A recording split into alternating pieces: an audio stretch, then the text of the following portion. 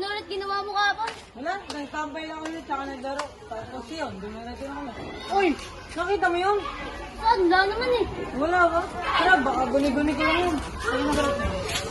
Di pa, hindi mo talaga nakita yun? Hindi. Kasi kamukhang-kamukha talaga yung Jacob eh. Ano pala gusto? Sa estimate mo nga. Ano nangyari? Jacob, ikaw ba yung dumungo doon? Ilan? Kanina? Ba, hindi. Ano lang sa grade 6 eh. Nasa grade 8 ka ba? Oo. Sino yun? Bayayan ko sa inyo. Morning. Morning po.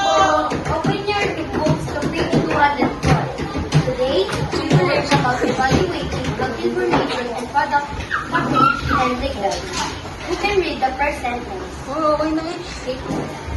Pwede na ito na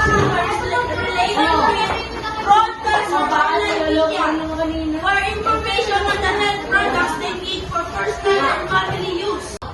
Label is a marker identifying or describing a specific health product. Na-certified na. Pwede na kayo mag-recess. Wala mga pre, punta tayo sa kantin. Tara, tara, Tara, tara. tara, tara. Pre, sulit yung pagkain sa kantin. Sige mo. Tara, tara, tara. Dadaan siyang ko. Ayan na. Pre, tara sa likod. Natami tayo. Tara, tara, tara. Sa likod. Pre, sino yan? Makamukha ko yan ah.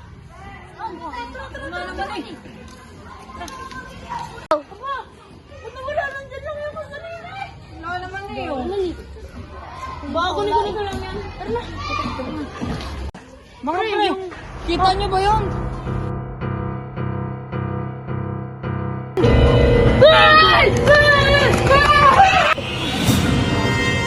Ano ito na?